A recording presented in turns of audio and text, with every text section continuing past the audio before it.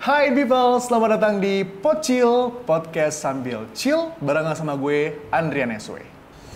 Dan di Pocil, podcast sambil chill untuk episode kali ini, kedatangan bintang tamu yang super spesial. Bisa dibilang ini seseorang yang inspiratif dan juga menarik perhatian masyarakat dengan kisah-kisahnya. Nah, jadi beliau ini juga adalah seseorang yang sekarang aktif ya, sebagai content creator di TikTok dan juga sebagai founder dari pasti.id. Yes, sudah ada di studio in today. Ini dia Yovania.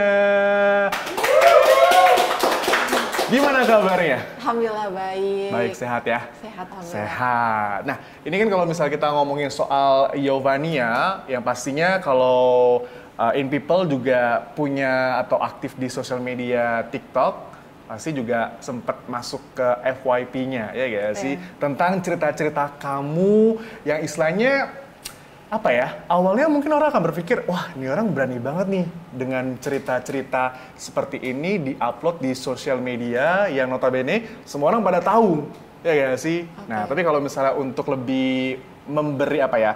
Ingatan kembali kepada In People, mungkin boleh diceritain dulu nih, gimana kisahnya kamu itu bisa sebagai apa ya, seorang RSJ survivor. Oke. Jadi pertama kali tuh aku pernah dirawat di rumah sakit jiwa.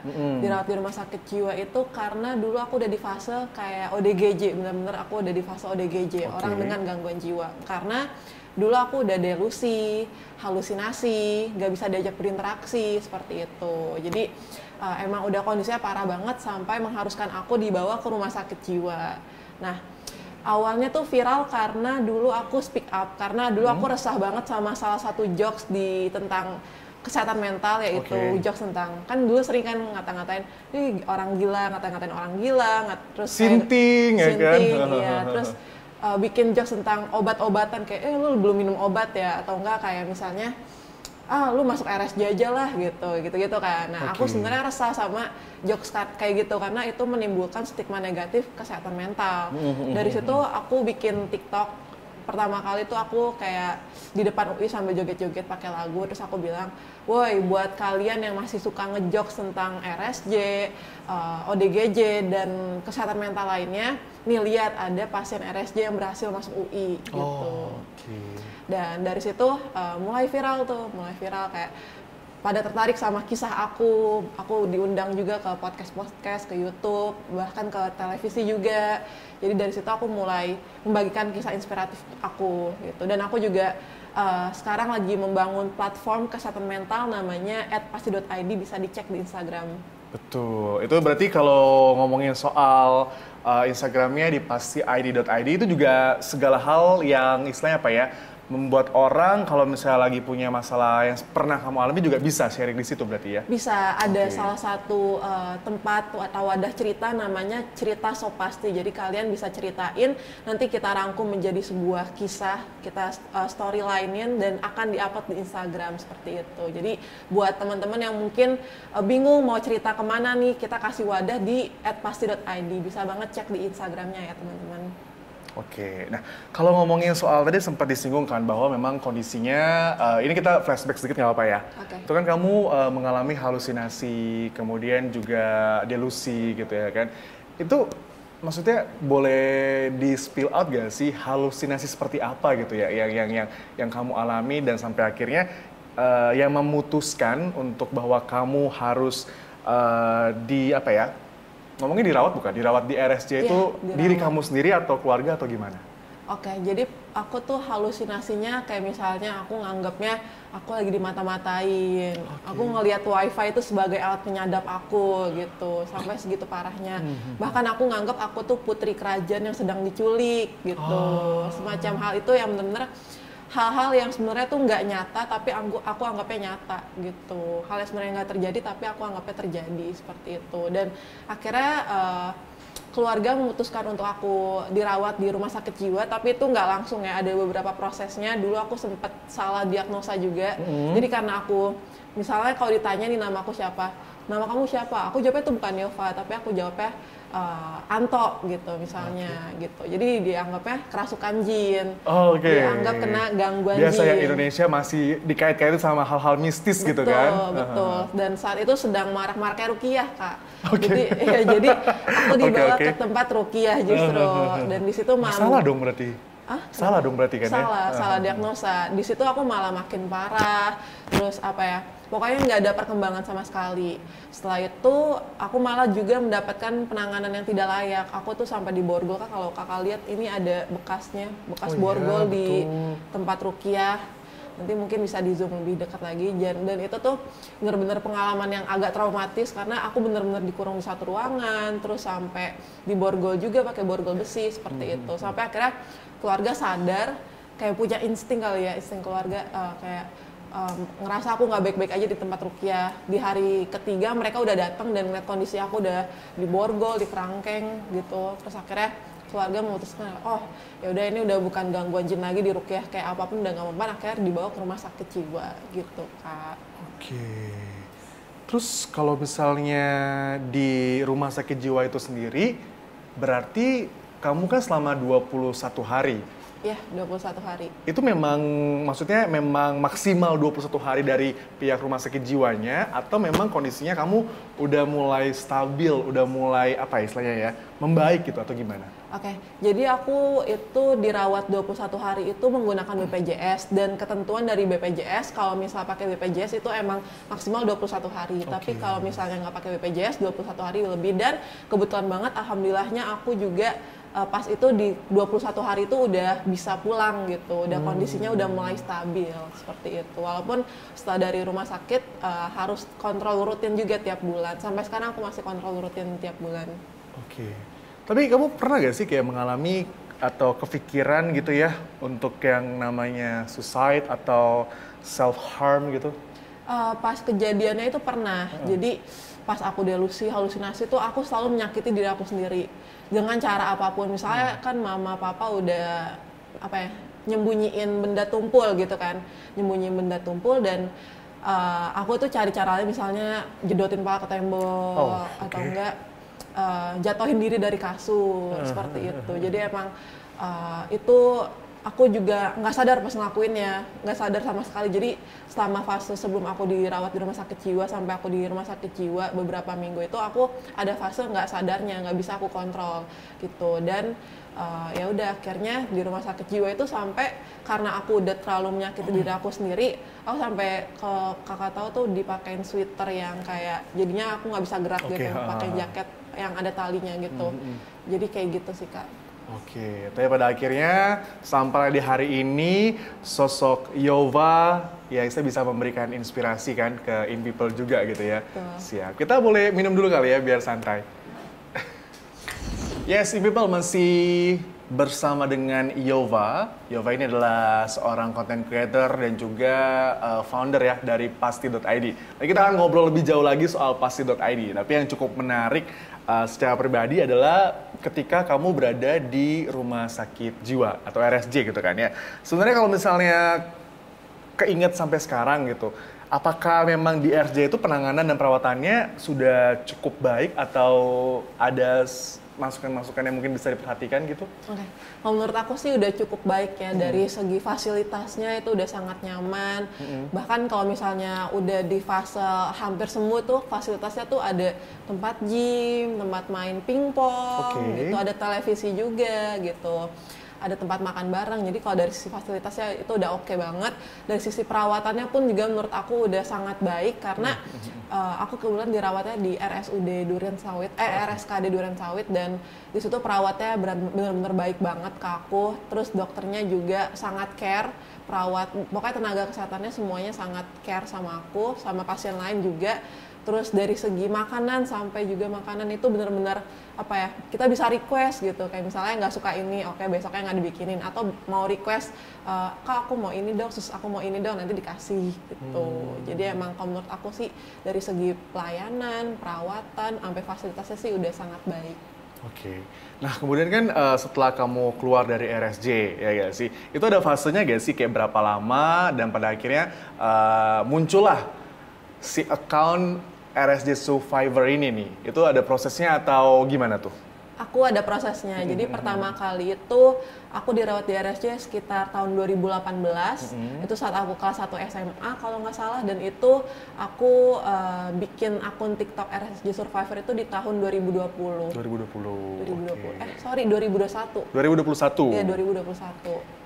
Itu kondisinya udah diterima juga sebagai seorang mahasiswa atau gimana tuh? Udah terima ya? di UI. Karena juga ada cerita kalau misalnya sempat kepoin Yova gitu kan, bahwa pernah mengalami penolakan gitu juga kan ya dari perguruan tinggi gitu ya? Betul, jadi aku nyoba berbagai PTN kan, aku coba semua jalan yang aku bisa, terus sempat ditolak di UGM, di Undip, di UNJ, terus akhirnya dapet rezekinya sih di UI, alhamdulillah. Yes, alhamdulillah pastinya ya.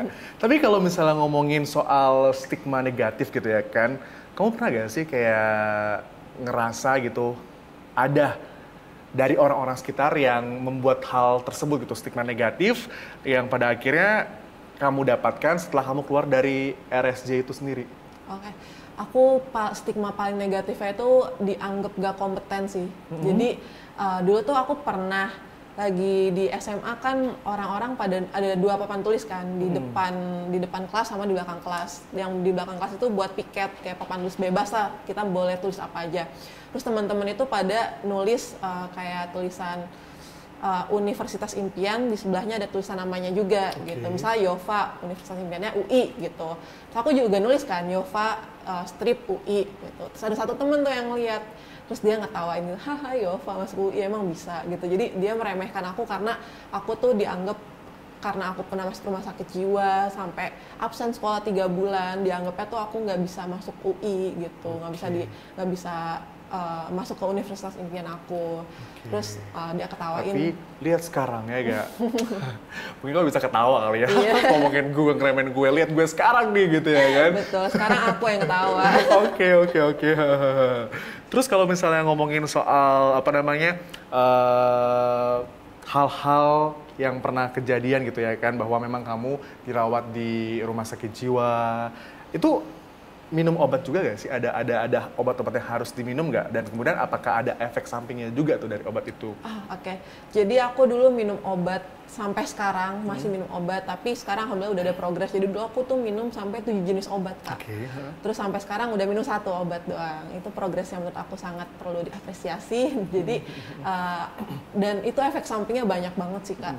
Pas awal-awal itu karena aku sampai minum 7 jenis obat, itu efek sampingnya macam-macam banget. Pertama, dari segi berat badan. Dulu aku berat badannya sampai 70 ke atas, jadi emang agak berisi. Dan itu jujur ngeganggu keseharian aku banget. Jadi kayak kalau jalan tuh rasanya berat, terus pilih baju susah. Jadi aku pas itu memutuskan untuk diet. Itu saya juga ngalamin sih sekarang. Oke. Terus kayak apa lagi ya? Oh ini, sering ngantuk. Jadi tuh sama teman-teman sekelas dulu sering diketawain gitu karena suka tidur di kelas gitu. Terus diremehin juga kayak, kan dulu kelasnya tuh disusun kayak berdasarkan nilai. Jadi misalnya yang paling tinggi nilainya di IPS 3 gitu. Nah, terus ada tuh satu temen yang kayak nyeletuk gitu kayak, apaan sih Yova? Padahal kerjaan tidur mulu Pak, tapi dapet kelas yang paling bagus gitu deh. Jadi tetap kayak, ya banyak orang-orang nyinyir di luar sana ya. Iya gitu ya. benar kayak gitu. Sampai kayak gitu. Terus itu kan tadi berat badan sama ngantuk sama ini sih sering tremor. Jadi kayak sedikit-sedikit tremor dulu gitu. Sedikit-sedikit deg-degannya parah, terus sama tremor kayak gemeteran gitu. Tapi kalau sekarang itu kamu masih, kalau boleh diceritain gitu kan, masih mengalami gak sih kayak hal-hal seperti itu? Hal-hal seperti itu yang tadi, kamu masih mengkonsumsi obat berarti sekarang? Karena kebetulan obatnya dosisnya udah turun banget, jadi efeknya udah semakin ngurang gitu. Jadi dulu tuh efeknya tuh pertama nambah nafsu makan sama tidurnya lebih ngantuk gitu. Kalau sekarang karena alhamdulillah dosisnya udah turun banget, jadi nggak separah yang dulu gitu. Ini aku penasaran nih, lebih ke penasaran gitu kan. Sebenarnya kalau ngomongin soal gangguan jiwa gitu ya kan, Yova bisa dibilang bahwa memang sudah sembuh gitu ya kan. Tapi kadang-kadang bisa kumat lagi kah atau gimana kah gitu? kan yang aku derita itu namanya gangguan bipolar kan, dan gangguan bipolar itu beda sama penyakit tipes, DBD yang bisa dikatakan sembuh. Kalau gangguan itu nggak bisa dikatakan sembuh, bisanya dikatakan stabil atau tidak stabil. Jadi kadangkala emang sebutannya tuh bukan kambuh, bisa disebut kambuh juga sih, tapi lebih tepatnya disebutnya tidak stabil gitu. Jadi misalnya kalau aku kambuh tuh aku suka sedih tiba-tiba atau enggak marah tiba-tiba, itu disebut fase depresif. Dan aku bisa kambuh lagi kalau aku lagi di fase manik. Manik itu kalau senangnya berlebihan, antusias banget, produktif, overproduktif, seperti itu gitu. Jadi itu adalah 2 fase yang bisa dikatakan aku lagi kambuh kalau aku lagi di fase itu. Tapi dengan adanya orang-orang di sekitar gitu ya kan, pasangan terutama partner gitu ya kan, itu juga ngebuat kamu jadi lebih tough, lebih kuat lagi berarti kan? Betul banget, support system penting banget sih. Lingkungan yang mendukung. Lingkungan yang mendukung yang memang bisa menjagalah untuk mental lebih baik ya. Betul. Gitu. Nah, kalau sekarang ini selain Yova aktif di kampus kuliah, boleh tahu nggak sih, konten kreator udah pasti lah ya kan, buat bikin konten-konten masih aktif sampai sekarang kan, berarti kan? Masih. Nah, apalagi tuh kegiatan kamu? Aku lagi magang. Ini boleh disebutin nggak sih? Di salah satu media online lah gitu ya. Betul. Di Indo deh mungkin.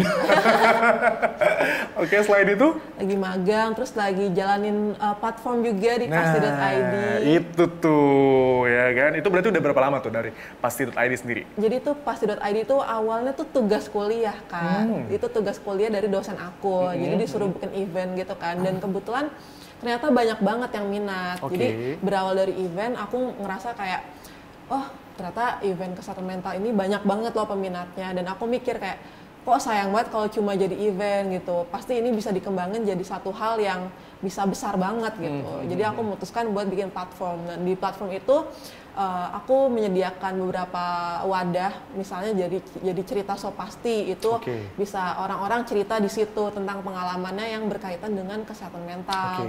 Ada juga event namanya Seminar Pasti yang nanti bakal diadakan di tanggal 10 Oktober di Hari Kesehatan Mental Sedunia. Eventnya akan berjalan secara offline dan online, jadi teman-teman bisa join banget, bisa cek di Instagram @pasti.id. Terus ada juga podcast pasti.id, ada di Spotify, bisa dicek juga. Terus ada juga donasi untuk panti sosial yang menampung ODGJ. Gitu, jadi cukup banyak juga nih ya aktivitas dari seorang Yova sekarang gitu ya. Alhamdulillah. Terakhir, boleh dong dikasih pesan gitu ya untuk in people supaya memang terus sehat, kemudian juga bisa bahagia. Ada gak sih tips-tipsnya atau mungkin pesan-pesannya gitu? Kalau tips dari aku tuh yang paling sederhana, kalau misalnya mau terus bahagia, sebenarnya nggak ada tips untuk terus bahagia karena pasti ada fasenya kita akan ngerasain down. Dan aku pengen lebih kasih tips sih, kayak gimana kita caranya mengatasi downnya tersebut. Yang pertama adalah validasi emosi. Validasi emosi itu penting banget. Jadi kan masih banyak orang yang ketika mereka sedih pengennya kayak, masa gini doang gue sedih sih, nggak boleh, gue harus langsung happy. Kayak kebanyakan kayak gitu kan Kak. Jadi di sini kita harus validasi emosi kita, nggak apa-apa sedih dulu, down dulu, dirasain dulu sedihnya, tapi kita jangan lupa untuk bangkit juga, seperti itu. Jadi yang paling penting tuh sebenarnya validasi emosi gitu, bahwa semua emosi itu boleh kok dirasain, semua emosi itu emang punya kita dan emang harus dirasain, mau itu emosi negatif, marah, sedih, kecewa, ataupun emosi baik seperti senang, ketawa, itu boleh banget dirasain.